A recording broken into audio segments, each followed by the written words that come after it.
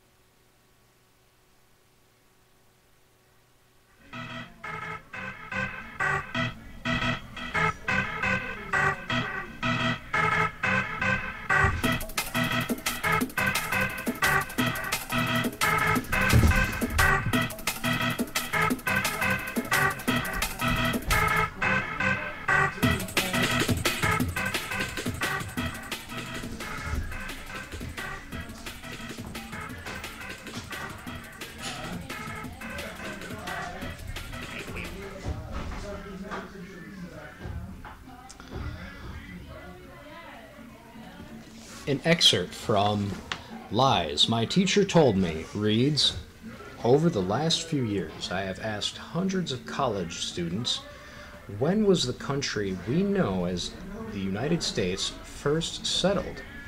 This is a generous way of phrasing the question. Surely we know as implies that the original settlement antedated the founding of the United States. I initially believed, certainly I had hoped, that students would suggest 30,000 BC or some other pre-Columbian date. They did not. Their consensus was 1620. Obviously, my students' heads have been filled with America's origin myth, the story of the first Thanksgiving. Textbooks are among the retailers of this primal legend. Part of the problem is the word settle. Settlers were white. A student once pointed out to me that Indians didn't settle. Students are not the only people misled by settle. The film that introduces visitors to Plymouth Plantation tells how they went about the work of civilizing a hostile wilderness. One recent Thanksgiving weekend, I listened as a guide at the Statue of Liberty talked about European immigrants populating a wild East Coast. As we shall see, however, if Indians hadn't already settled in New England, Europeans would have had a much tougher job of it. Starting the story of America's settlement with the Pilgrims leaves out not only the Indians, but also the Spanish, the very first non-native settlers in the country we now know as the United States. Were African slaves left in South Carolina in 1526 by Spaniards who abandoned a settlement attempt. In 1565, the Spanish massacred the French Protestants who had settled briefly at St. Augustine and established their own fort there. Some later Spaniards settled were our first pilgrims, seeking regions new to them to secure religious liberty. These were Spanish Jews, who settled in New Mexico in the late 1500s. Few Americans know that 1/3 of the United States, from San Francisco to Arkansas to Natchez to Florida, has been Spanish longer than it has been American, and that Hispanic Americans lived here before the first ancestors of the daughters of the American Revolution ever left England. Moreover, Spanish culture left an indelible mark on the American West. The Spanish introduced horses, cattle, sheep, pigs, and the basic elements of cowboy culture, including its vocabulary: Mustang, Bronco, Rodeo, Lariat, and so on. Horses that escaped from the Spanish and propagated triggered the rapid flowering of a new culture among the Plains Indians. How refreshing it would be, wrote James Axtell, to find a textbook that began on the West Coast before treating the traditional Eastern colonies. Beginning the story in 1620 also omits the Dutch, who were living in what is now Albany by 1614. Indeed, 1620 is not even the date of the first permanent British settlement, for in 1607 the London Company sent settlers to Jamestown, Virginia. No matter. The mythic origin of the country we now know as the United States is at Plymouth Rock, and the year is 1620. Here is a representative account from the American tradition. After some exploring, the Pilgrims chose to land around Plymouth Harbor for their settlement. Unfortunately, they had arrived in December and were not prepared for the New England winter. However, they were aided by friendly Indians who gave them food and showed them how to grow corn. When warm weather came, the colonists planted, fished, hunted, and prepared themselves for the next winter. After harvesting their first crop, they and their Indian friends celebrated the first Thanksgiving. My students also remember that the Pilgrims had been persecuted in England for their religious beliefs, so they had moved to Holland. They sailed on the Mayflower to America and wrote the Mayflower Compact. the forerunner to our Constitution. According to my students, times were rough until they met Squanto, who taught them how to put a small fish as fertilizer in each little cornhill, ensuring a bountiful harvest. But when I asked my students about the plague, they just stared back at me. What plague? The Black Plague? No, I sigh. That was 3 centuries earlier. The Black Plague does provide a useful introduction, however. William Langer has written that the Black or bubonic plague was undoubtedly the worst disaster that has ever befallen mankind. In the years 1348 through 1350, it killed perhaps 30% of the population of Europe. Catastrophic as it was, the disease itself compromised only part of the horror. According to Langer, almost everyone in that medieval time interpreted the plague as a punishment by God for human sins. Thinking the day of judgment was imminent, farmers did not plant crops. Many people gave themselves over to alcohol. Civil and economic disruption may have caused as much death as the disease itself. The entire culture of Europe was affected. Fear, death, and guilt became a prime artistic motifs. Milder plagues, typhus, syphilis, and influenza, as well as bubonic, continued to ravage Europe until the end of the 17th century. The warmer parts of Europe, Asia, and Africa have historically been the breeding ground for most of mankind's illnesses. Humans evolved in tropical regions. Tropical diseases evolved alongside them. People moved to cooler climates only with the aid of cultural inventions, clothing, shelter, and fire. That helped maintain warm temperatures around their bodies. Microbes that live outside their human hosts during part of their life cycle had trouble coping with northern Europe and Asia. When humans migrated to the Americas across the newly drained Bering Strait, if the archaeological consensus is correct, the changes in climate and physical circumstances threatened even those hardy parasites that had survived the earlier slow migration northward from Africa. These first immigrants entered the Americas through a frigid decontamination chamber. The first settlers in the Western Hemisphere thus probably arrived in a healthier condition than most people on Earth have enjoyed before or since. Many of the diseases that had long shadowed them simply could not survive the journey. Neither did some animals. People in the Western Hemisphere had no cows, pigs, horses, sheep, goats, or chickens before the arrival of Europeans and Africans after 1492. Many diseases from anthrax to tuberculosis, cholera to streptococcosis, ringworm to various poxes are passed back and forth between humans and livestock. Since early inhabitants of the Western Hemisphere had no livestock, they caught no diseases from them. Europe and Asia were also made unhealthy by a subtler factor: social density. Organisms that cause disease need a constant supply of new hosts for their own survival. This requirement is nowhere clearer than in the case of smallpox, which cannot survive outside a living human body. But in its enthusiasm, the organism often kills its host. Thus, the pestilence creates its own predicament. It requires new victims at regular intervals. The various influenza virus must likewise move on, for if their victims survive, they enjoy a period of immunity lasting at least a few weeks, and sometimes a lifetime.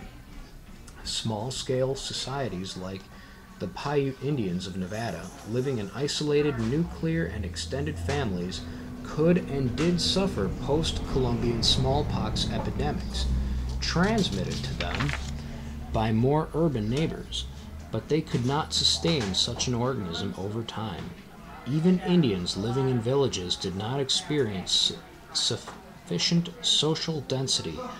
Villagers might encounter 300 people each day, but these would usually be the same 300 people, coming into repeated contact with the same few. Others does not have the same consequences as meeting new people, either for human culture or for culturing microbes. Some areas in the Americas did have high social density. Inca's roads connected towns from northern Ecuador to Chile. 1,500 or 2,000 years ago, the population of Cahokia, Illinois numbered about 40,000. Trade linked the Great Lakes to Florida, the Rockies to what is now New England. We are therefore not dealing with isolated bands of primitive peoples. Nonetheless, most of the Western Hemisphere lacked the social density found in much of Europe. Africa and Asia, and nowhere in the Western Hemisphere were there sinkholes of sickness like London or Cairo, with raw sewage running in the streets. The scarcity of disease in the Americas was also partly attributed to the new basic hygiene practiced by the region's inhabitants. Residents of Northern Europe and England rarely bathed, believing it unhealthy, and rarely removed all of their clothing at one time, believing it immodest. The Pilgrims smelled bad to the Indians. Squanto tried, without success, to teach them to bathe. According to Feeney Ziner, his biographer, for all these reasons the inhabitants of North and South America, like Australian Aborigines and the peoples of the far-flung Pacific Islands, were a remarkably healthy race. Before Columbus, ironically, their very health proved their undoing, for they had built up no resistance genetically or through childhood diseases to the microbes that the Europeans and Africans would bring to them. In 1617, just before the Pilgrims landed, the process started in southern New England. For decades, British and French fishermen had fished off the Massachusetts coast. After filling their hulls with cod, they would go ashore to lay in firewood and fresh water, and perhaps capture a few Indians to sell into slavery in Europe. It is likely that these fishermen transmitted some illness due to the people they met. The plague that ensued made the Black Death pale by comparison. Some historians think that the disease was the bubonic plague. Others suggest that it was viral hepatitis, smallpox, chickenpox, or influenza. Within 3 years, the plague wiped out between 90 and 96% of the inhabitants of coastal New England. The Indian societies lay devastated. Only the 20th person is scarce left alive, wrote Robert Cushman, a British eyewitness, recording a death rate unknown in all previous human experience. Unable to cope with so many corpses, the survivors abandoned their villages and fled, often to a neighboring tribe. Because they carried the infestation with them, Indians died who had never encountered a white person. However, Simpson described what the Pilgrims saw. Villages lay in ruins because there was no one to tend them.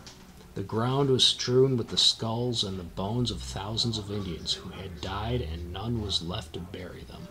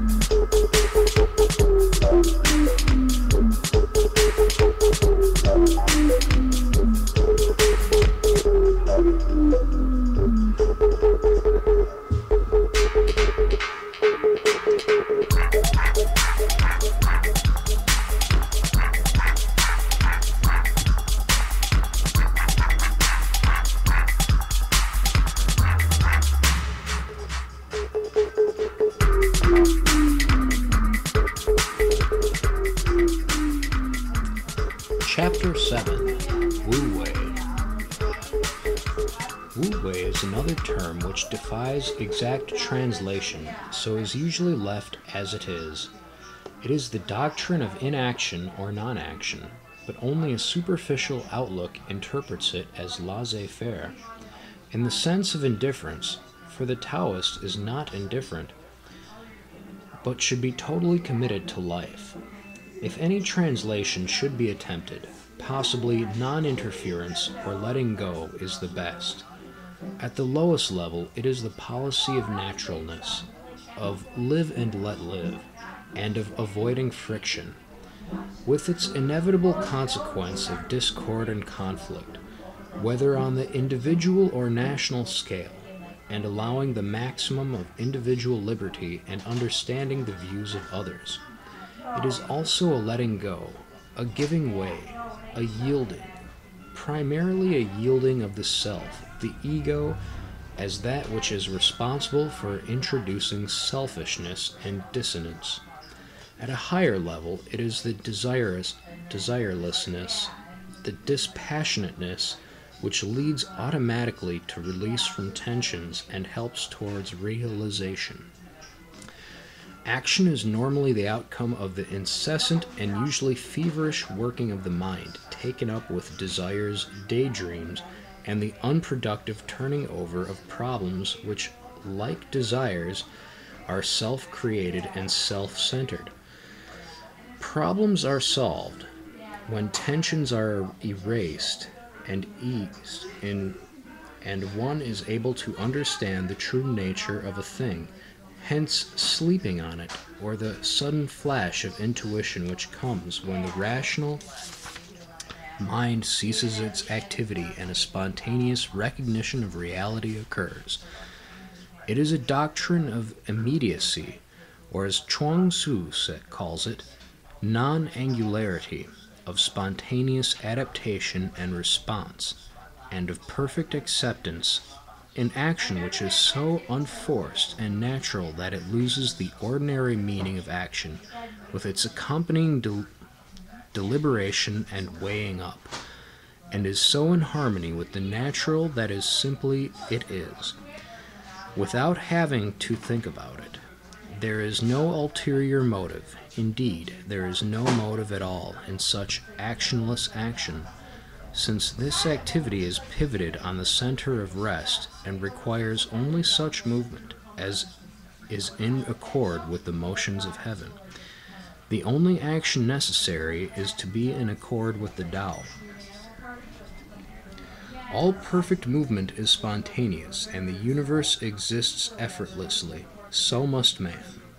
Until he has achieved spontaneity, his actions are the result of the will, or the deliberations of the rational mind, and therefore are artificial and strained, and out of harmony with the motions of heaven. Movement should be an unfolding, not an exertion.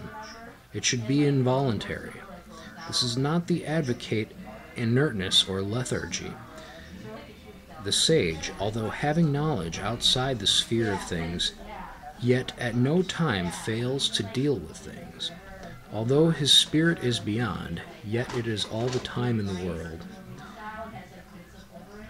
It is the quiet acceptance of life in the world as it comes and as it is, waiting for the time and season, never forcing an issue, but allowing it to unfold in its own good time and nature. Nor is this a spineless fatalism or pious resignation, since it is more than mere acquiescence. It is in fact almost gay and is certainly humorous delight in all that life has to offer. In the words of Chuang Tzu, it is to be like sages who cheerfully played their allotted parts, actionless in an inward quality.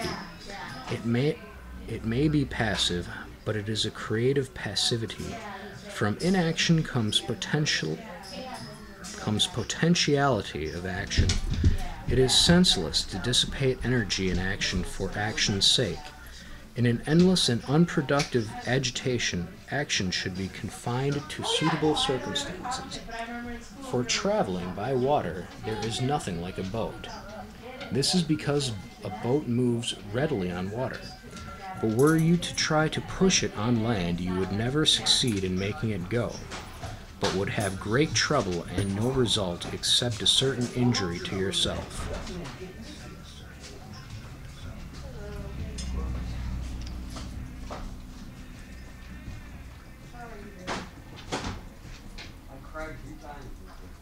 Oh yeah, yeah. I mean, that is intense. You got it.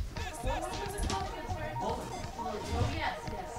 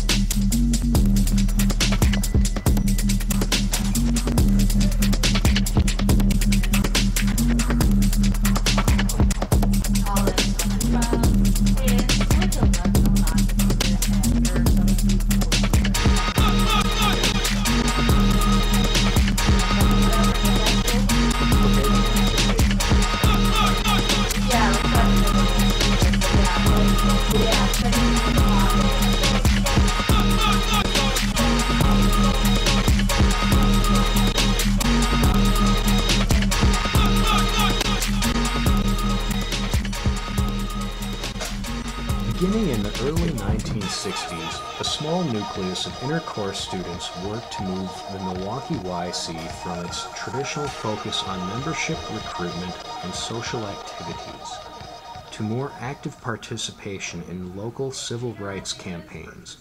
In large part, this was a function of the new energy and militancy young people were injecting into the movement through sit-ins, freedom rides, marches, and pickets.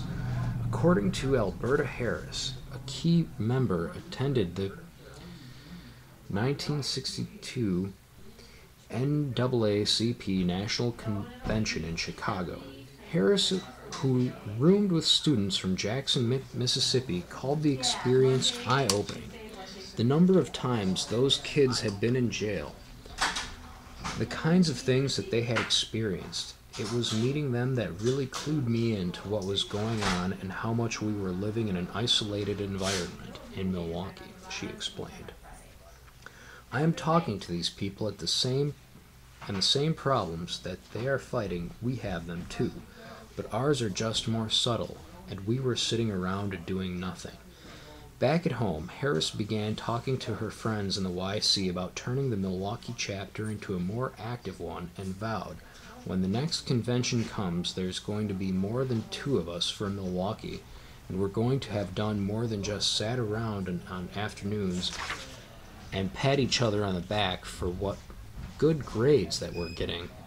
The following spring, several dozen YC members picketed 3 inner-core big boy restaurants after a local black teenager claimed racial discrimination when he applied for a job.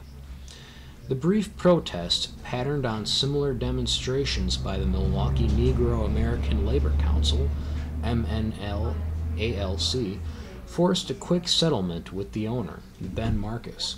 2 months later, with the nightly news and daily headlines dominated by racial violence in Birmingham, Alabama, Milwaukee YC members participated in a nationwide sympathy protest against local Woolworth and Crest stores. After 1963, the Milwaukee United School Integration Committee, music, endless meetings, lectures, flyers, dances, rallies, freedom institutes, hootenannies, and freedom camps educated inner-core youth about racial inequality in their city and told them that they had a crucial role to play in changing those conditions. Because the Milwaukee NAACP was a member of music, YC members were free to join their actions. For many young people, participation in a music school boycott was their first taste of race rebellion. But institutional constraints within the NAACP continued to hold back the YC's nascent activist energies. We weren't autonomous from the adult branch, Harris explained, and we couldn't do anything without their permission. Following the Big Boy campaign, John Givens and Tom Jacobson resigned as YC advisors because a majority of the leadership in the adult branch opposed their direct action tactics. According to Givens, the older people in the branch said, "Oh my God, we can't have this." They wouldn't participate in the demonstrations. They didn't do anything. Rather than fight this internecine war, the 2 men shifted their efforts to the more recently formed Milwaukee chapter of the Congress of Racial Equality, MCORE. In response, Alberta Harris and other Milwaukee YC members joined a national push by high school and college students across the country inside the NAACP to separate youth councils from adult branches, a goal finally achieved in the 1965 convention in Denver. This bureaucratic change freed the Milwaukee YC to pursue a more aggressive strategy toward racial change. But first, YC members needed an advisor who shared their belief in action. Again, Alberta Harris played a central role in this process, as she recalled years later. Father Groppe was transferred to our church, St. Boniface, and my mom invited him over for dinner, and his conversation during dinner piqued my interest. He was talking about the urgency of race relations and the problems we had in our city, and he was saying things that I needed to hear. He was talking about the problems of segregation, the problems with the schools, the police community that we were living in. He was on the money, and you could tell he was really honest about what he was saying and how he felt about how black people were being treated in this community. She continued, I asked him if he would be interested in becoming the temporary advisor for the Milwaukee Youth Council. Initially, he said no. He didn't feel his duties at the church would allow him to do that. I kept after him, and he finally agreed to take it on temporarily. So I took his name to the board, and they authorized him to take over as a temporary advisor, and the rest is history. He never left us. And that was the Milwaukee History Corner. That concludes my show. You have been listening to Random Confusion, or Confusing Randomness, I don't know. I'm Cassius King, and thanks for attending. Have a good night.